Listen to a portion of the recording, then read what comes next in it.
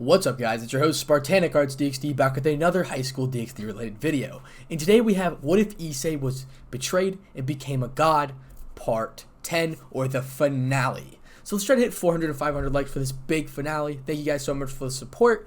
And before I start the video, a special thank you to my balance breakers. Rob the King, Jorge Alvarez, Lachlan Yates, Atomic Warlord 58, Quizzical Tiltec Sun God, Madlywhoop 333, Daybreak, VRWhoop hashtag 2347, Sinrar Q, Mazaku, Dr_MLG_ is the bomb, and Asamotus. Thank you so much for becoming a balance breaker, which is the highest membership tier of the balance breakers. So thank you so much. I can't thank you enough. And I'm sorry for once again not uploading completely consistently. It's just that finals are coming up. I have some things to do. Your boy has some problems that I need to settle, and I don't talk about my life on YouTube. So once again, thanks for all the support. Yeah, without further ado, let's go ahead and get right into it. Chapter 23. Third POV, location, Beale City Capital, the Underworld. It was a busy night at the capital of the city of Beale Territory. The raiding game between Rias and Issei was being escalated. Dude, the high-class devils are freaking powerful. I can't even blow up a house, Devil 1 says. Hey, the dragons are more powerful than us, Devil 2 says. This world is freaking scary. Only 1 out of 10,000 devils is a high-class devil, and only 1 in 10 million is an ultimate-class devil, Devil 1 said. The giant screen displays Mordred being stabbed in her lungs by Rias, causing the crowd to yell in disbelief. What the fuck? Devil 3 says. My Satan, Devil 1 wants. The champion of the dragon is going to be pissed. The dragon faction may wage wars with the devils. We are going to die, Devil 2 says. Location, Underworld, unknown. Byoka was staring right at the glimp in front of him in disbelief while ignoring the moans of pleasure on the air. Holy motherfuck, Byoka says. Location, Sixth Heaven, Layers of Heavens. The King of Angels was watching the screen displaying Motohama activating his Sacred Gear balance breaker. Dear Lord, Innovant Clear has found a new host, Michael says. The screen shifts to Rias stabbing Mordred on her lung with Ascalon, making him break a table nearby in shock. Fuck you, Rias Grimmery, Michael says. Dear Lord, forgive me. I have committed a sin, Michael says. Brother, is something wrong? The most beautiful woman in heavenly innocently questions Michael, with an expression dipping with innocence. Everything's fine, Michael said. Mount Kailash, India. In a dote of god Shiva, who resided there along with his consort goddess Parvati and their children, the god of Shiva was on his meditation. Shiva was in the appearance of a teenage boy with black spiky hair and his wife Patati, the Hindu goddess of love, marriage, beauty, and power. She was one of the top 30 beings in the world. Hey husband, the evil creatures of the Bible are holding a war, and a group of dragons are participating in it. You should take a look, Parvati said. They are known as devils. They are not holding a war. It is called a raiding game, and I am taking a look at the game. My wife, Shiva says. The Hindu god of destruction speaks without opening his eyes, but then, the child of King of Knights has reached the ever-distant utopia, which holds the key to all about her. The red dragon unleashing its fury, a land of infinite swords. A concept, Shiva says. The true manifestation of destruction is his identity, for he is God of all gods, and the usurper of gods who shall bring harmony and destruction. Shiva says. Parvati looks at her husband's face in curiosity, but then a third eye appears on his forehead and opens. The third eye of destruction, Parvati says. My dear wife, I just found out an interesting development which my clairvoyance foresaw. Truly curious, Shiva says. Location, pocket dimension, created an infinite clear.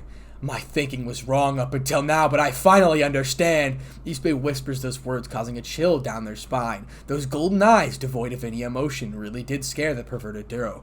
Release restrain.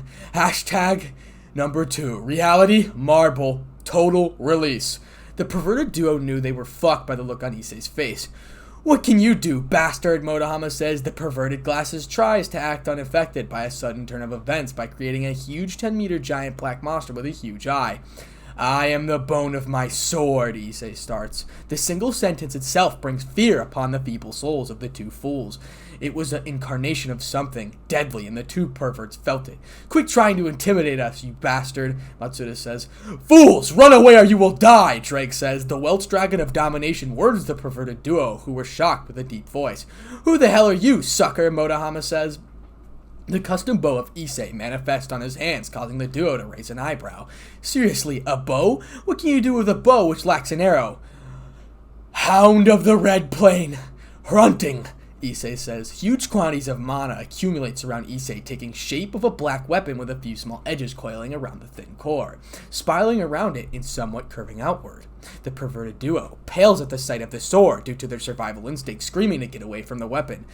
Perish, Issei says. The magical arrow was released from the bow and it reaches the speed of Mach 10, causing a sonic boom. The arrow was invisible to the naked eye. In a second, a huge explosion erupts onto the place where the perverted duo was. Issei, we have to get out of here, Drake says. The dimension crumbles as the wielder of the Infinite Clear was unable to sustain it.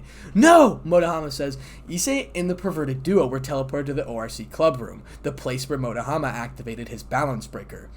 Damn it, Matsuda said. As the last-ditch effort, Matsuda fires a weak ice spell at Issei, but the ice vaporizes due to the intense aura of Issei. Get out of my sight, Issei says. Issei diminishes his bow, and instead on its place was a red spear oozing with bloodlust. He then rushes towards Mordred at speeds beyond comprehension, creating a sonic boom. Location unknown. The Knight of Treachery is staring at the blonde woman with her mouth agape while the blonde woman was smiling at her. How is this possible? I was sure that I died, Mordred says. You are not dead yet, my child, and I am not an illusion, I assure you. Don't fuck with me, Mordred said. Mordred flashes a threatening glare at the woman, who does nothing but make the eye contact with Mordred. This place is known as Avalon, the ever-distant utopia, a tower of century of the universe, and the home of Vivian, the mother of all fairies, and the current home to Merlin, the flower mage. You're Merlin, aren't you? Mordred said. No, child. Merlin is being held captive to avoid any interruption to us. The woman nonchalantly answers to Mordred, causing the Knight of Treachery to sigh. I can't believe that you are King Arthur. Give me any sort of evidence, Mordred said. The blonde woman slightly flinches the venomous tone of Mordred. Very well, the history doesn't know this, but the affair between Lancelot and Geverine was brought up to the public by Morgan. The blonde woman whispers those words with a solemn smile on her face, causing Mordred to take a step back in shock. Mother, Mordred said. The blonde woman, now identified as Mordred's mother, King Arthur, or Atora Pentadragon. I am proud of you, Mordred. You lived your life filled with happiness, even if you deny it, Arthur says. You are proud of me? Don't lie to me, Arthur. I am no fool, because the last time we met you stabbed me in my guts using Ragatang. The Knight of Treachery recalls a few bad past between them, causing Atora to avert her gaze to the ground. I was burdened with the purpose of a king, and you were a threat to my people. I had no choice but to do it, Atora said. Ha! How could I forget? The King Arthur does not understand feelings, Mordred said. Letting out a bitter sigh, Mordred throws a glare at Atora, who gains a sad smile upon hearing those words. Truly the Knight of Treachery and Rebellion, Atora says. You were the one who pushed me to such extents. I never wanted Camelot to be reduced to ruins, Mordred said. You were not meant to be wielding Calibrum. I have also learned that Calibrum has chosen another wielder, Atora says. The King of Knights blatantly mentions a touchy subject, earning a death glare from Mordred. I have no desire for Calibrum, Mordred said. Hearing those words, Atora's eyes widens in surprise before a visible smile appears on her face. Atora said. Before that, I want answers, Mordred said. Location, Co-Academy, replica. A fast blur races across the replica of Co-Academy in search of Mordred and finally finds Mordred on the ground unconscious with an Ascalon impaled in their lung. Hey! Mordred, it's me! Issei, you're gonna be fine. Mordred, can you hear me? Issei says. The red dragon lets out a roar of pain and breaks down crying. Soon the rest of Issei's prods were with the shock and sadness on their faces. Invicult, use your sacred gear and strengthen their demonic aura. It may repel Ascalon's magic, Issei says. Big sis, I'll help her, Invicult says. Gremory, I'll find her and make her suffer, Bofa says. The delinquent dragon roars in anger, but Issei pays no attention to him. I'll be back, Issei says. I'll also try to heal her, Tamiya replies. Thank you, Issei says. The hunter of the Red Plains extends his aura to sense the location of Rias and second finds her location. Found you, Issei says. Again, Issei sprints away from speed, surpassing ultimate class beings. Location, Capital Castle, Lucifid, the Underworld, 1 to 2 hours after the incident. The atmosphere around the castle was reeking of anger and rage. Inside the observation room, a few devil nobles were screaming insults at Rias and the Gremory clan. We should have executed that vermin when we had the chance, Largares said. Indeed, the foolish little girl has clearly gone insane. I'll personally hire mercenaries to eliminate her, along with the filthy Gremory clan, Lord Beale says. Touch my mother and I'll show you real pain, Lord Beale, Cersei says. The super devil gives the Beale clan a head glare, releases part of his aura, which destroys all nearby furnitures, which shut the Beale head. Is that a threat, Lord Lucifer? Zircum says. It's a warning, Lord Zircum Bell, Cersei replies. The Gremory has risked war with the Dragon faction. Our clan will no longer remain as an ally of the Gremory clan, Lord Phoenix says. Dear lords, can you quit yelling? Ajuka said. The green-haired super devil was really irritated by the noble's antics, but there were hints of worry in his eyes. How long will it take, Ajuka? Cersei says. 55 minutes, give or take. She will be dead before that, Azazel replies. Cersei stomps his foot on the floor so hard that the floor was in pieces and the entire castle rumbled for a moment. My daughter, Invigold Leviathan, can use her sacred gear to strengthen the knight's aura, which will buy us a couple of minutes' time, Ajuka says. You have a daughter? Lord Beale replies. Everyone except Cersei were shocked at the discovery. Adopted daughter, the last descendant of the Leviathan clan, the granddaughter of the original Leviathan, Ajuka says. It looks like the citizens of the underworld are undertaking protests in Billidonorast. Fuck, Cersei said. Location, Tower of Avalon. Before that, I want answers, Mordred said. Very well, Ortorda replied. The King of Knights averts her gaze towards the endless skies of Avalon and begins to answer her daughter's questions. How are you still alive? Mordred says. During the Battle of Camelot, as we fought against each other, you managed to disarm me and threw my Calabremo away. When you did that, I used the Holy Lance to pierce you, and you mistook that you were dead. But you were able to live thanks to my long-lost Sabard, Avalon, which was implanted inside your body by Morgan. I was caught off guard and was forced to use Excalibur, but you used that thing to fight on equal terms with me. I lost to the final clash because my light was not pure enough. Excalibur is as strong as its wielder's intentions, and my thoughts were not pure. At that instant which weakened my Excalibur, and you shattered the sword of my victory. My light lost to your darkness, but before that thing's attack overpowered Excalibur's and reduced my body to ashes, as a desperate attempt I removed my soul and placed it inside my Sabard, which was inside your soul. I watched your life for the past 700 years without being able to communicate with you. Atora completely loses her composure and lets out all of her emotions, which were restrained for nearly all her life. What? Mordred said. I'm not finished yet. Are you aware what that thing is? Atora says. I know a bit about it, Mordred replies. You craved power so much that you actually fell that low to become a wielder of it. You did exactly what I feared for. The sword is the manifestation of the prodromal darkness. I am very much disappointed in you, Mordred. You sealed your fate when you took the sword. Where is it now? Atora says. The King of Knights raises her voice in anger and disappointment along with a hit of sadness. This earns a sigh from Mordred. It's locked up inside a pocket dimension. I never used it after the fall of Camelot. Mordred said. Good, Atora replied. Since when do you care for me? Mordred said. The Knight of Rebellion yells at her mother with rage and so many other dark emotions in her voice. I am your mother. I raised you when Morgan left you with me, Atora said. Yeah, you raised me like a bastard child, and when I wanted to be by your side, you broke my heart and then impaled me to near death. What a nice parent you are, Mordred said. Mordred lets out a dark glare with an unadulterated fury, making the once perfect king feel something. Am I feeling sad? It's been so long that I forgot these feelings, Atora said in her head. Invigold's POV. Location, replica of Co-Academy. The situation is worse. Big Sis Mordred is fatally wounded by a dragon-slaying sword, and Big Brother Issei wants revenge against the Gremory. Let me pull the sword out of her body, Bova said. Is this guy a fool? Removing the sword will kill her in seconds.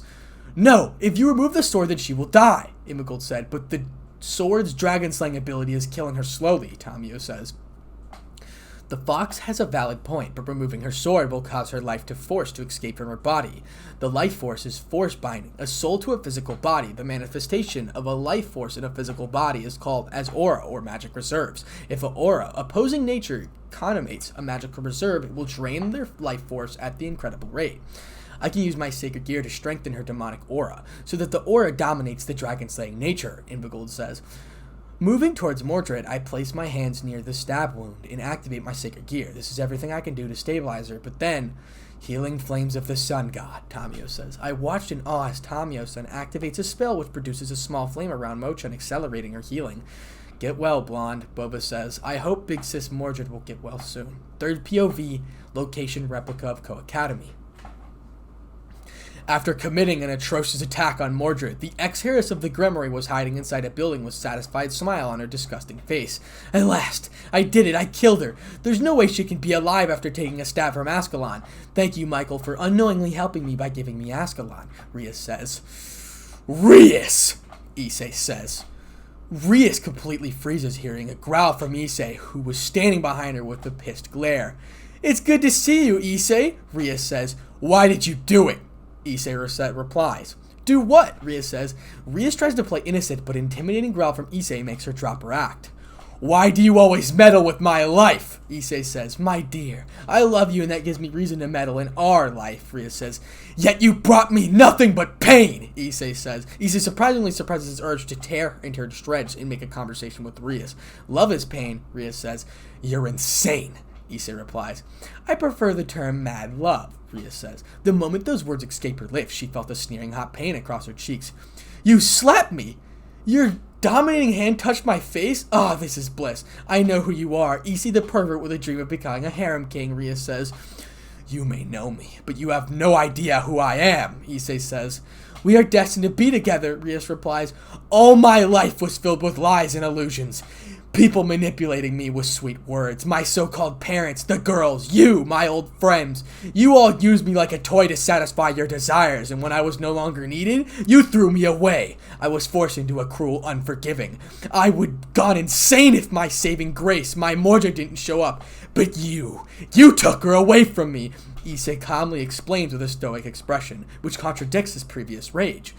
Issei, you will not go insane. I will take care of you, Rias says. Sorry, Rias. I hope we can have a longer talk, but unfortunately my sanity is short supply, Issei says. Images of Mordred appears on his mind while a lone tear escapes his eye as the thought of Mordred's gentle smile filled with love and mirth. You hurt my mate. You suffer. And then the world around them distorted. Reality itself distorted around Issei. Cracks appeared on the isolated dimension due to the sheer amount of energy radiating from Issei. Can you feel it?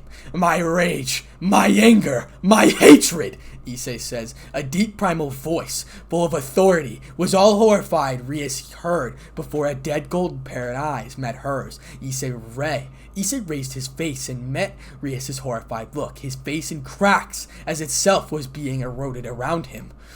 But one that invoked terror on Rias, the dead golden eyes, which shone dimly. It held something deadly, and then Rias knew that she had officially fucked up. I am the bone of my sword, Issei says. Those words filled Rias with even more terror than before. It was as if she was staring at an impossible existence, which held unadulterated rage. Those words brought the beginning of a taboo, but godly power, and subconsciously her soul itself shook. Partner, if you unleash reality marble, this dimension will dissipate into the dimensional gap, Drake says. Kill, Issei thinks in his head. Location, Hawaii, Earth. It was 4 past noon at Hawaii. Aside the seashore was a traditional Japanese building, which is extremely rare at Hawaii. Inside the building, it was unnaturally silent that the one could get spooked by silence, but for that, being the thought of amount of silence was not adequate. It was a cute young girl with long black hair down to her hips and black eyes, and the most alarming feature was her dark gray eyes, having reptilian slitted pupils. The girl was munching over a dozen of sweets without care in the world. Swords are disturbing my silence, the girl says. The cute girl's innocence presence was completely replaced with the primal aura which destroyed everything in the room. No, they were not destroyed but were removed from existence itself with no way of bringing them back. Issei Kodamine, you will help me obtain my silence.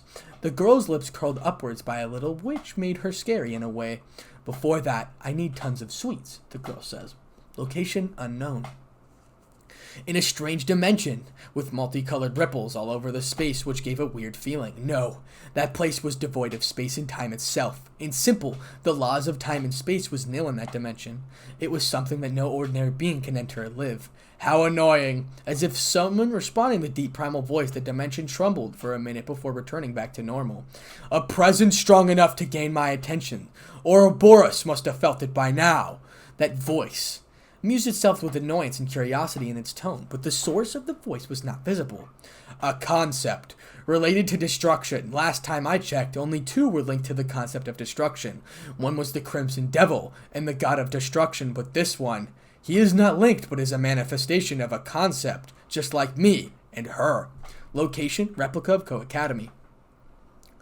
The dimension around Issei was being teared into shreds by an unknown aura. Gramarye devil, run away or you will die, Drake says. The Welch dragon? Rias says. I sought to blade that terminance into me, Issei starts saying.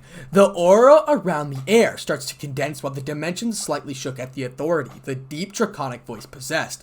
A blade that severs bond, severs certainty, severs karma. The dimension trembled, the might of the chant. Red sparks were flowing around the air, giving horrible sensation. Partner, don't do this, Drake says. That is to say, to free one of one's fate. The Welch dragon, please, fell on deaf ears. Issei paid no attention to Drake as his gaze was fixed on Rias. My dear Satan, you are not my Issei, Rias says. Forging thousands of swords to create a borrow of blades, Issei says. A heavy pressure forced Rias to her knees, bringing despair and fear upon her wicked soul. Issei's golden orbs nearly observed Rias with an emotionless, hollow smile. Many paths converge here, Issei says. Must flee, Rias thinks in her head. A huge tear in space occurred below Issei, giving birth to a pitch-black darkness below him. Space-time itself was being destroyed despite the self-correcting maneuver of the universe. The universe was built in a way that it was almost equal in every aspect to avoid its self-destruction. When something threatens that stability, the universe tries to repair itself by wearing the fabric of space-time back to its original state. Only a few individuals can affect the metaphysical universe in its very fabric. Enduring desires flow her, Issei says. Stop this, Rias replies. Unjust deaths gather here, Issei continues. Rias desperately tries to move away from him, but her body remains frozen in fear at the beast she's being unleashed. There is nothing that can falter his spirit now. Accept your fate, Gramarye, Drake says. Accept this blow from my Tasmara originless creation of swords, Issei says. For a second, the ominous aura disappears, but soon an even more terrific aura invades the surroundings. I don't want to die, Rias says. The ideal sword of demonic bladesmith which severs karma, destiny itself. The sword forged by a human, which reached the level of severing cause and casualty. It was created to perfect copy of the Kensuken no Tashi, the divine sword which was forged from the tail of the dead evil dragon, Yamata no Orochi.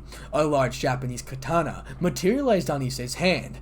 Taking a one last look at Rias, the hunter of the Red Plain disappears in a flash. What? Rias says. Rias' confused whimper suddenly comes to a halt as she feels the phantom pain across her right arm. Rias tilts her head towards her right arm, only to find her limb missing. She screamed in horror while a ghostly smile appears on Issei's face.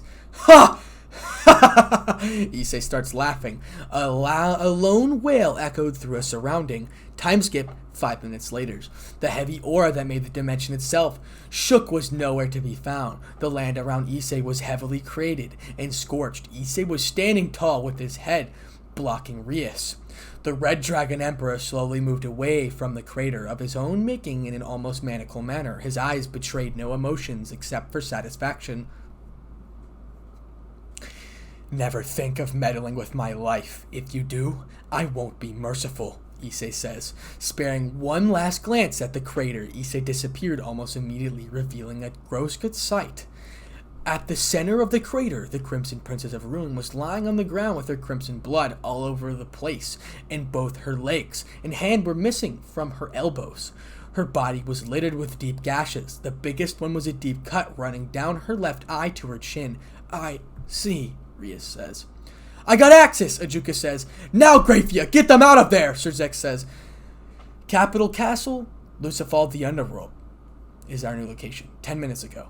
Multiple runic symbols were hovering over the green-haired super devil. The others in the room were having a conversation between them. I've got reports from all of the Otherworld about the riots and armed protests, Circum says. The oldest devil alive glares at the Crimson Devil, who pays no attention to the glare. I have gathered all the Phoenix Tears in our clan, and there can be a total of 14 Phoenix Tears to be immediately used, Lord Phoenix says. Thank you, Sirzex replies. This is a fucking mess. The dragon faction may break off the alliance and declare war against us, which will drag the fallen and the angels to a war as our allies by the treaty. To make things worse, the Chaos Brigade and the old Satan faction may attack us, leading to a full-blown second Great War, Circum says. A cold aura erupts from the old devil, breaking the glasses and furnitures nearby. The dragon faction has severed an ultimatum on us. I just received the official statement from the elder dragons. Zerzek says, Truly things were grim for the devils. All devils nobles who were present were nervous at the development. The official statement says, Statement of demands by the Dragon faction on the United Devil faction. The United Devil faction has been found guilty of attempted murder on the Champion of Dragons and the unofficial ambassador to the Devil faction in his barrage.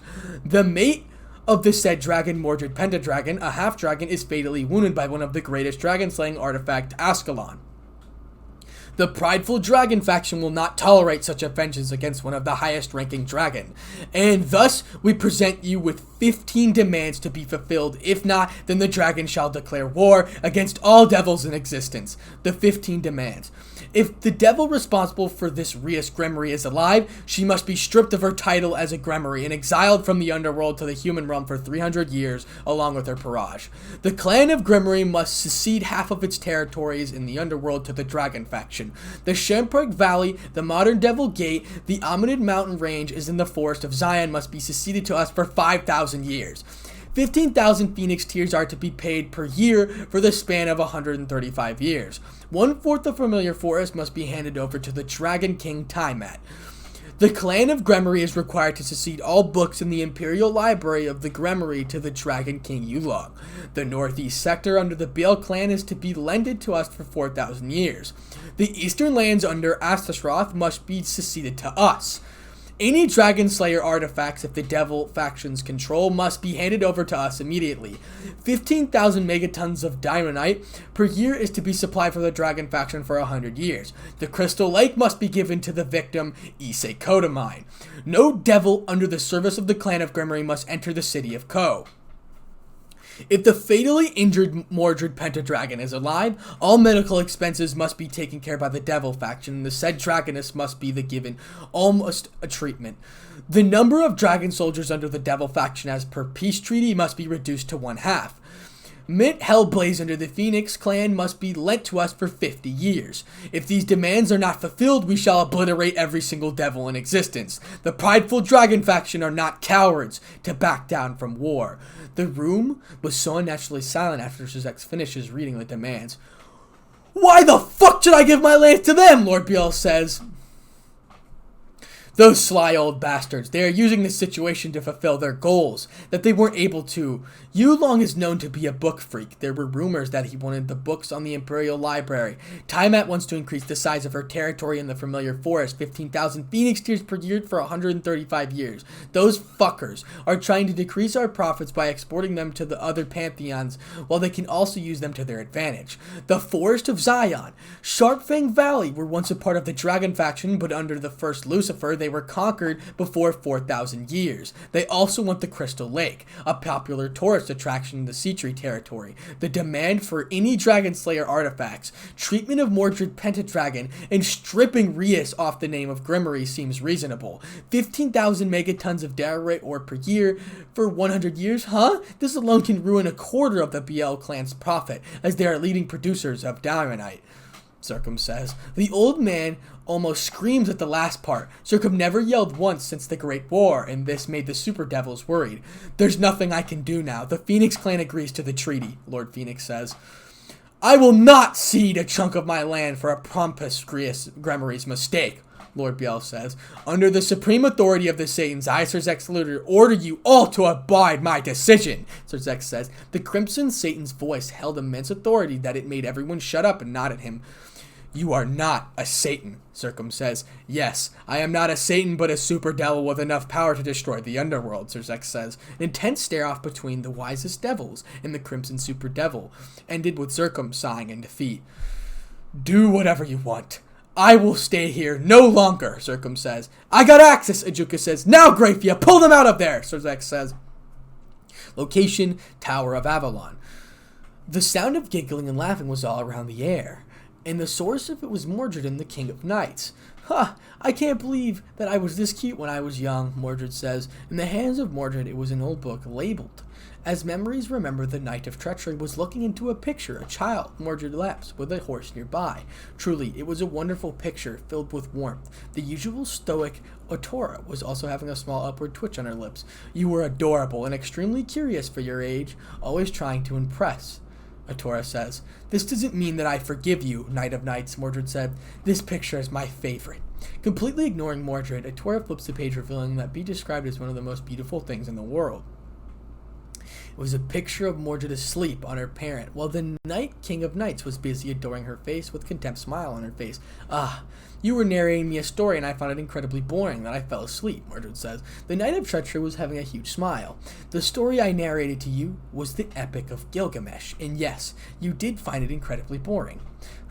"She remembers about me," Mordred said. "It pains my heart to see this, but I cannot reveal everything I know. I will carry this burden alone and no one else. To think that you were as far as becoming the wielder of the forbidden sword," Otora says. Mordred sits there in silence. I also know that you found yourself a new king and a husband," Otora says. "Yeah."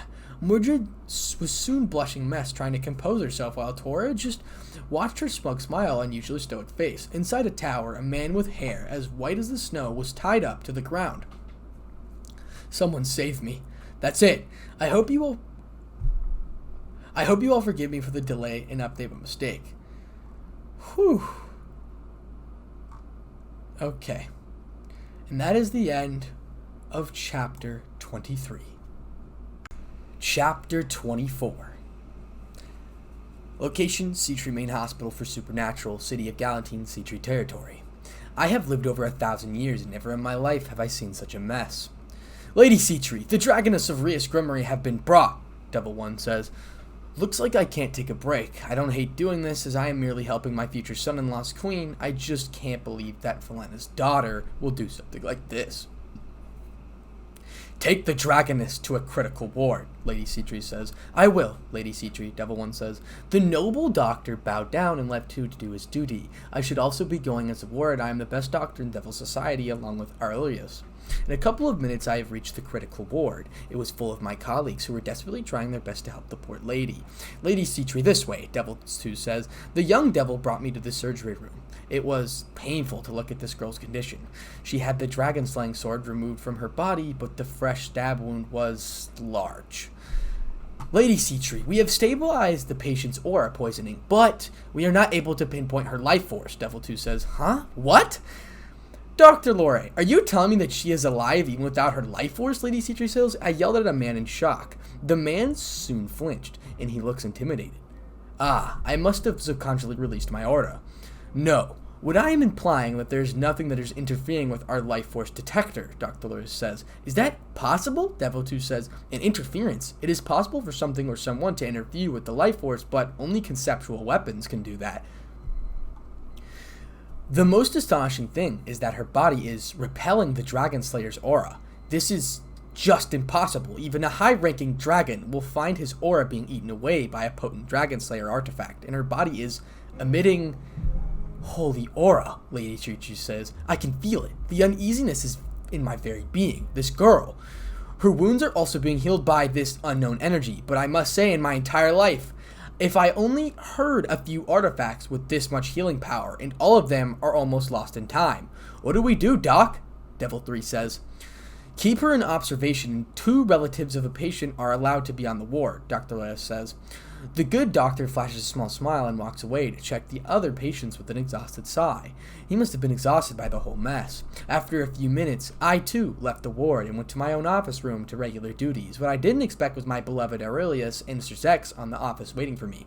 "Greetings, Lady Seatree.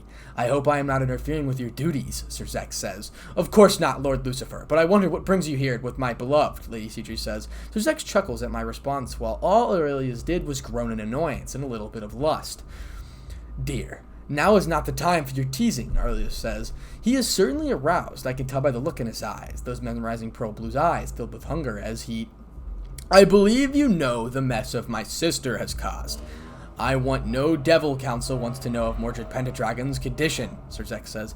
"The girl will live, But the stab wound will most likely leave a scar. But I'm not sure as something is accelerating her healing, Lady Citra said. This made everyone confused. Aurelius looked at me in the eyes, wanting more information. What kind of thing are we talking about? Sir Zex says.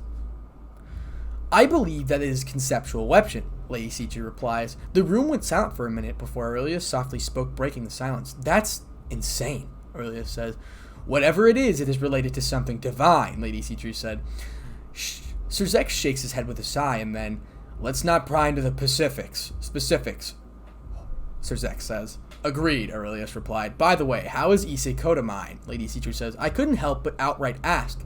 About the man my little girl loves. The dragons are really dangerous if angered, and I do not want my baby girl in danger.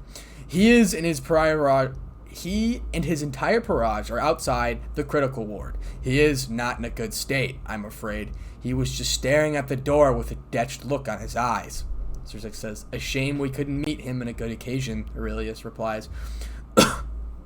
Lord Citri, do not try to get near him as he may lash out, Sir Zex says. I couldn't help but agree. With Vanella's son, this could provoke him. Due to this mess, Sarah and I decided to have a meeting with the dragons and, Sir Zex says, Lord Lucifer, the Citri clan will do whatever we can. We could be helpful in this situation, Aurelius says. The dragon faction has served an ultimatum at us, Sir Zex says. I expect an outright declaration of war from those prideful dragons, but it looks like my daughter being engaged to him made things a bit easier. What do you want from us? Lady Citra says. They mainly demanded the land and treasures from the Gremory Bale and Phoenix clan, but they want the Crystal Lake from your territory. The official statement will soon arrive to you formally. Aurelius lets out a sigh, but complies with the treaty to give away our Crystal Lake. Lady Citra, how is my sister doing? Sir Zex says. I could practically feel his sadness and guilt, just with the look in his eyes. Shame on you, Rias Gremory. You are the sole reason for a good-hearted clan to suffer. She is, well, how do I say this? Lady Citra says. Is she dead? Sir Zex replies. No. She is alive, but barely. Her legs and arm have been severed completely. We tried to use the Phoenix Tears to fix them, but a curse is preventing them from reattaching them. She's also lost an eye, and the scar on her face can't be fixed, but fortunately the other wounds on her body are not as severe except a huge gash on her stomach. It will take several months for her to recover, but then even her legs and her head cannot be healed. I'll put it to you blunt. Your sister cannot be fully treated, and she will most likely be crippled, Aurelius says. Aurelius explains the Gremory's girl's condition to Lord Lucifer with no hint of sadness or remorse. She did deserve this, but the poor Satan did not deserve this. I see. I will take my leave from her. A good day to you both, Sir Zex says. And just like that, he went to Satan knows where. Issei's POV, location, Citri Main Hospital for Supernatural City of Galen, Citri territory. I gazed upon the unconscious, vulnerable body of my love. She'll be fine, I guess, Tamio says. I'll fucking kill that bitch! Who did this? Bova said. Bova was sneering in rage at what happened. I feel the same way, but that can wait. My first priority is to make sure my Mordred is alright. But Bova-san, this is a hospital. Do not yell, Mash said. Why? What did I do to deserve this? My light, my sunshine, Lord Biel is here to meet with you, Lord Kodamine, Dr. Lore said. The doctor stuttered in front of my presence, breaking me off my thoughts. I must have been staring at Mordred for a long time. Fuck off, Issei says. I'm in no mood for this. The doctor ran away with sweat dripping from his forehead, causing Tamio to sigh. Issei, Mordred will be alright, so stop scaring the others who wish to help you. Even the mischievous Foxtress is acting serious. I will fucking kill all of the devils! Issei, look at me, Sona says. She must have felt my anger. My ice princess moved forward and placed her hand on my chin and forced me to look into her eyes. She at the verge of breaking down into tears. This forced me to restrain my anger. Come on, guys, let's give him some space, Tamio says. The others left the room, leaving me and Sona alone on a couch. Sona scooted towards me and placed her cold hands on my hair and started rubbing them, causing me to flinch slightly. You need to be strong, for both of us, Sona said. Leave me alone, Issei replied. I slapped her hand away from my hair and glared at her. I know that I shouldn't do this, but I don't give a fuck. Issei, I know that you want to burn the underworld for what happened to Mordred, but trust me, revenge brings no good, Sona says. Issei sits there in silence. Issei, your mate takes precedence over a twisted bitch, Drake says.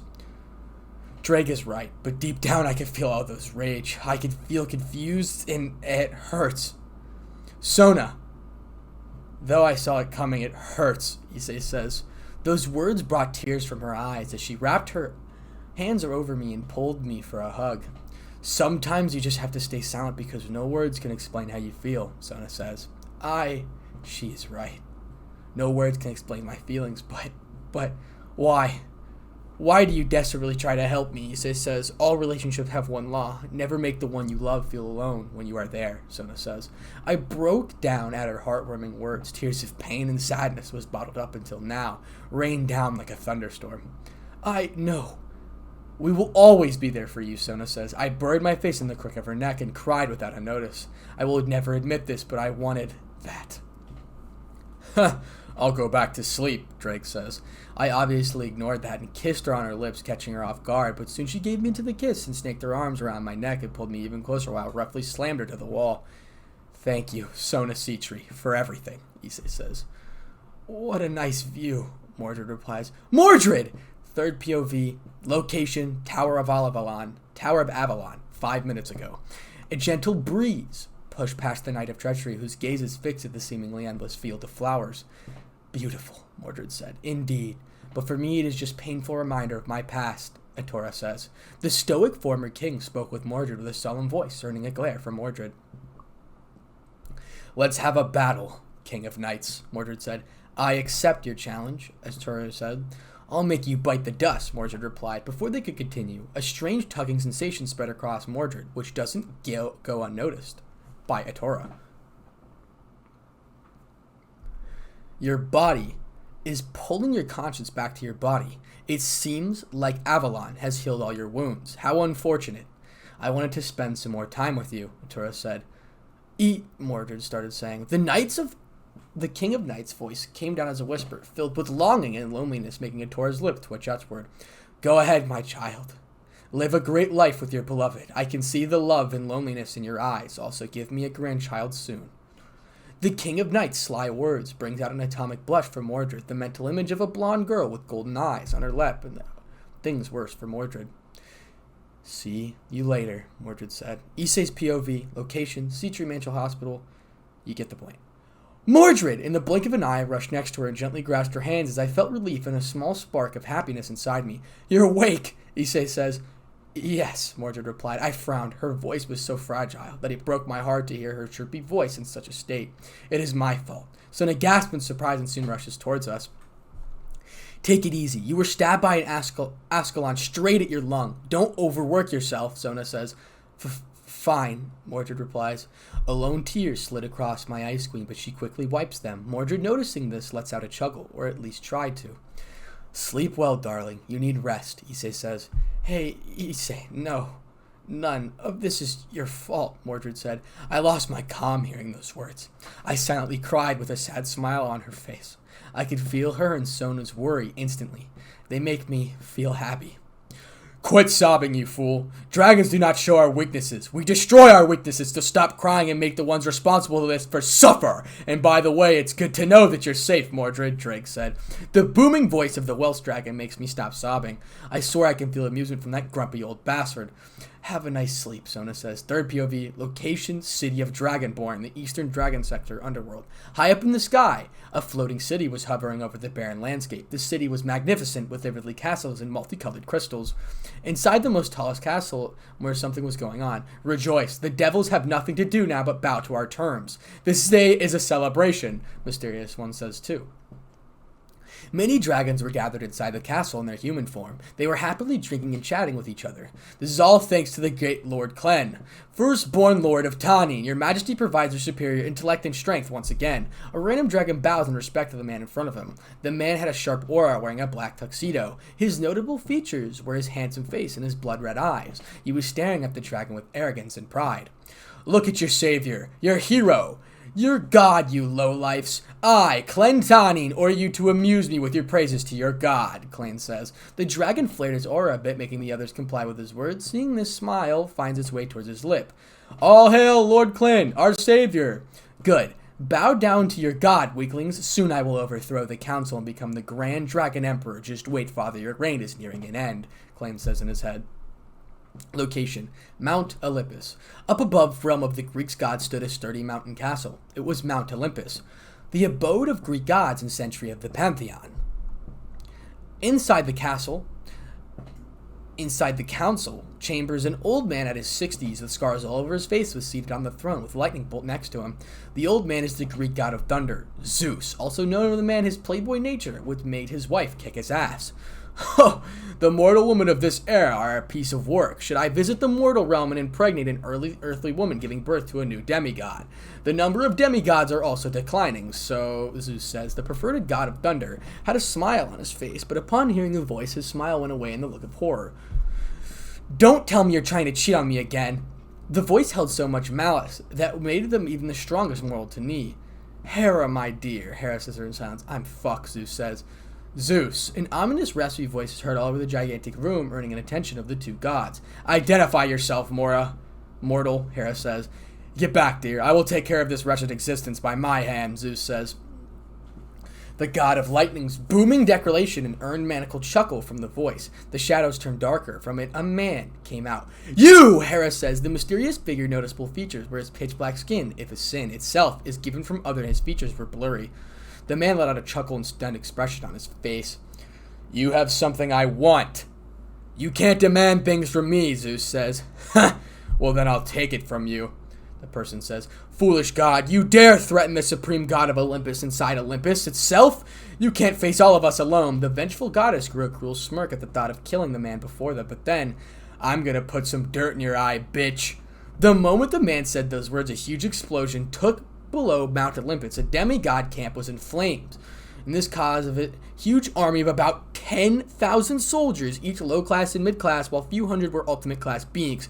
You want war? You'll get one, Zeus says. The gigantic room exploded violently a second later, but it was clear that none of them were injured.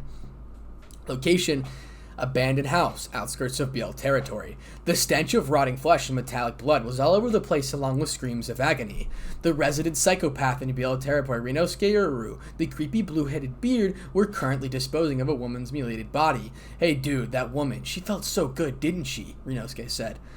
Of course, my friend, that lady was 100% a A-grade virgin, Bluebeard says. That brought a smile on the ginger-haired serial killer. He flashed a cheeky grin at his partner in crime. What do you wish for? Rinosuke said. Blasphemy. God doesn't exist. He stole my holy maiden away from me, cursed our future together by taking her away from me. He burned her alive in front of me. I want to prove that God doesn't exist, that it is my Bluebeard gets cut off. The insane speech by the creepy clown was cut short, as he averted his eyes' attention to a devil television of TV, which displays the news of Mordred being stabbed by Rias. The creepy clown felt the world freeze at the image of Mordred. His eyes widened considerably. He slowly raised his hand, covered in blood, and went towards the TV and placed his hands on her image. My holy maiden, she lives! Bluebeard says. What are you laughing about? Rinosuke replies. The most insane psychopath who loves to kill women and children as his hobby tilted his head innocently to face his eradicated partner in crime.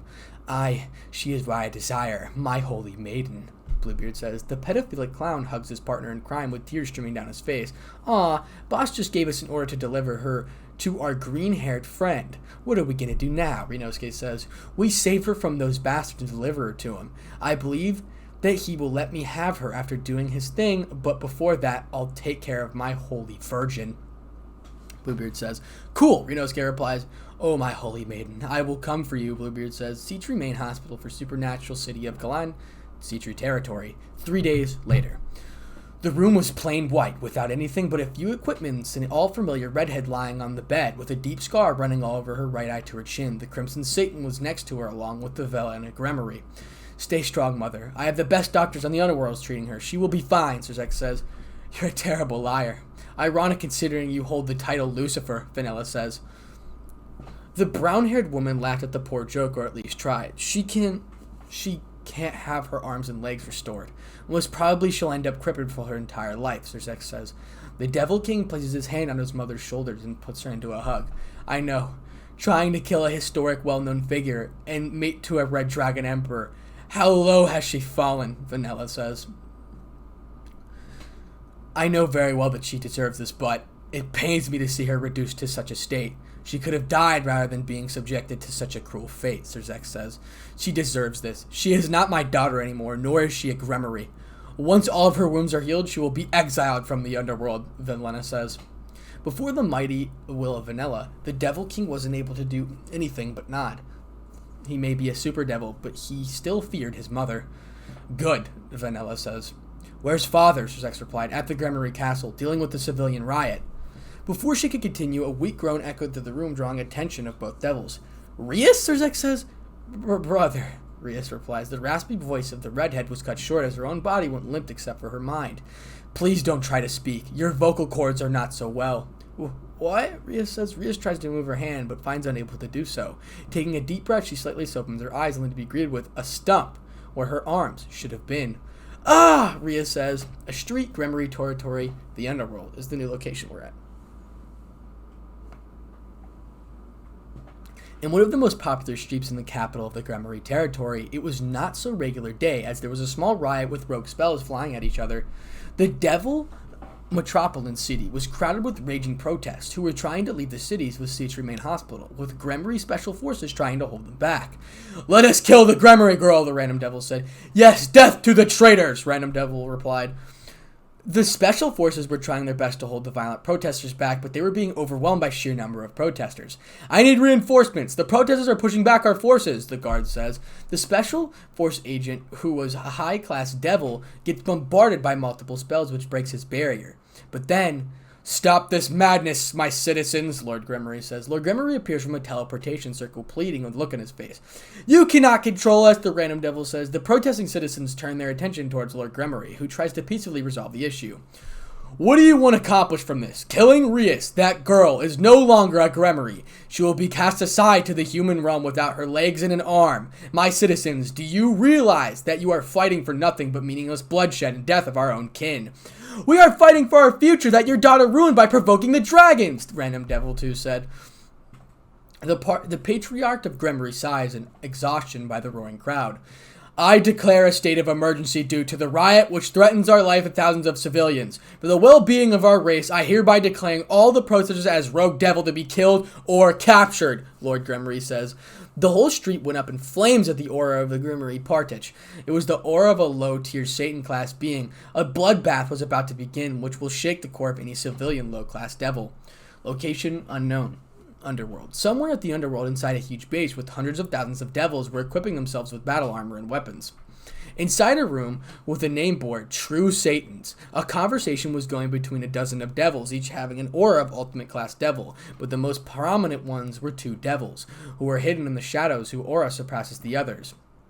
My liege, the preparations are also complete. Almost complete, the general says. An old devil bows his head in respect and looks at the shadowy figure. Good. It's a shame that Tomoki betrayed us.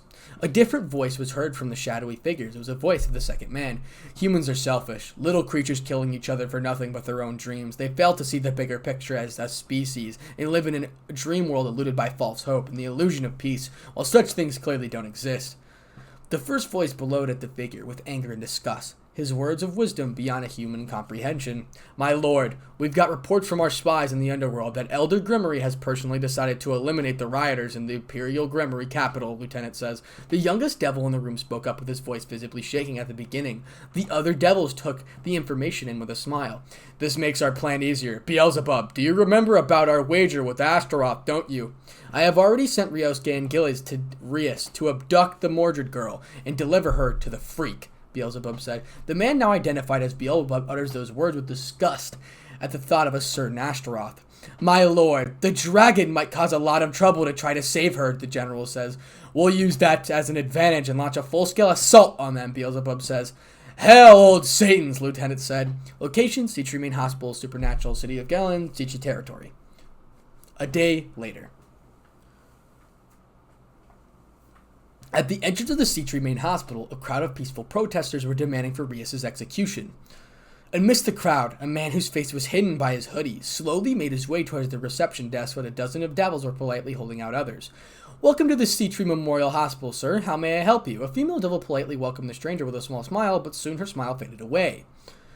It would be much appreciated if you die. The mysterious stranger removed his hoodie, revealing Renosuke Uru and the blue bearded behind him. The receptionist stared at two figures with wide eyes, but before she could do anything, a nauseating pain was felt, for her head was severed from her body, earning shocked glances from everyone nearby. "Everyone get back!" the guard says. "Rise, my summons. Show them that God is no more," Bluebeard says. A few devil security officers rushed towards the duo, preparing to launch a few spells, but then from the shadows below, a couple of figures appeared. What the guards saw, their bones freeze in horror. What the fuck am I looking at? I may be a closet pervert, but I don't do pedophilia and necrophilia. Two corpses with one missing head and another missing an eye were giggling at horrified expression of the guards in their face. "Ah, what the fuck is this?" the guard said. The screams of horror, the sound of flesh being ripped, echoed through the building. Location: room number 777, Seatree Main Hospital.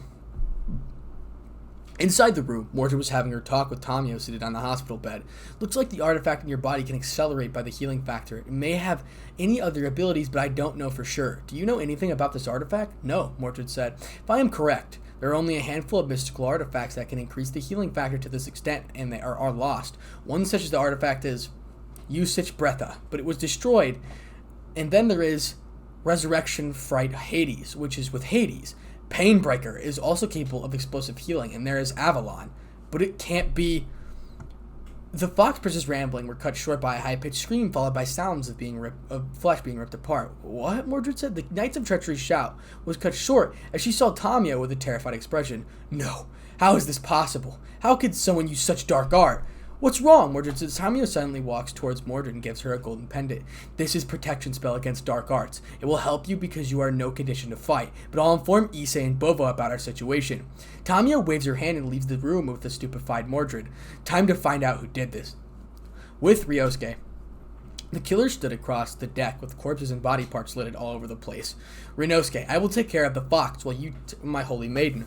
The pedophile's creep face twisted into a disturbing smile at his own words. "Sure, man, I'll bring you the girl to you," Renosuke said.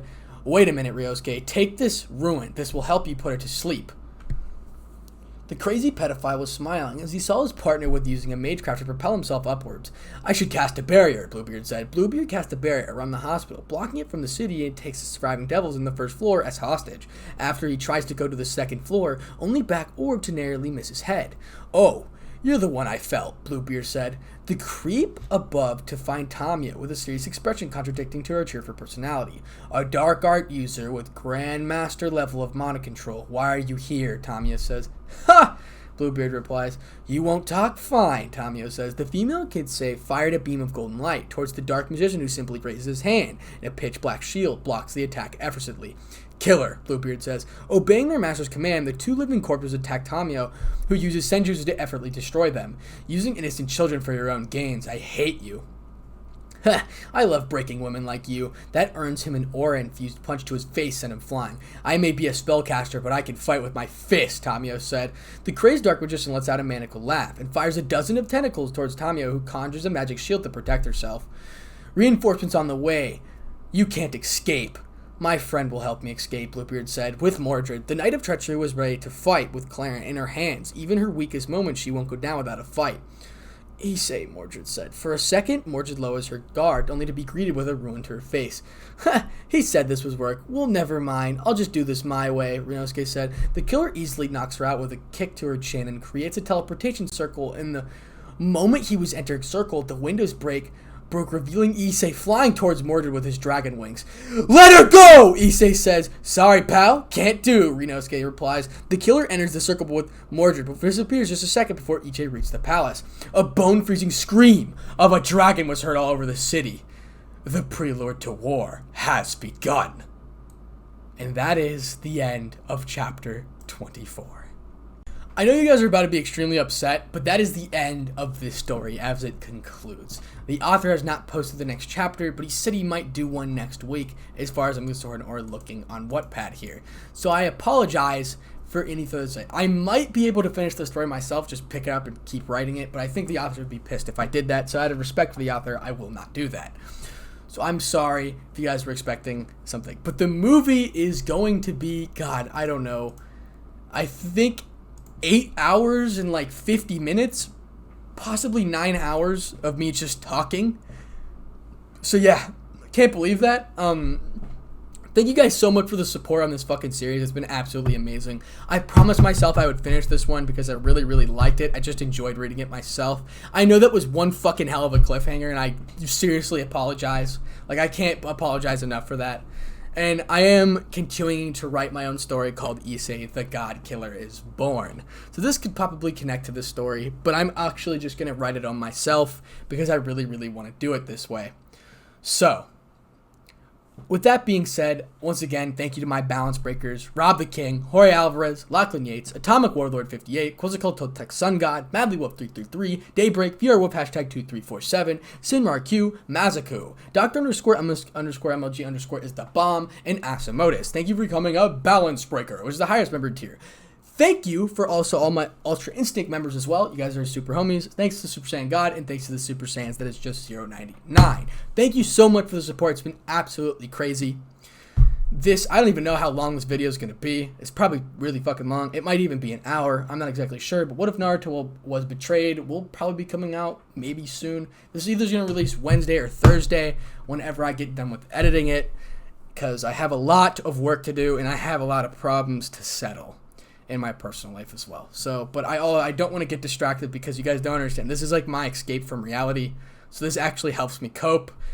And I probably said too much already. But thanks for all the support again. If you want to see my second channel, and Palpowski, it's linked down in the description below. I do what ifs on Goku there. So thank you so much for the support. Without further ado, Spartanic Arts DxD out.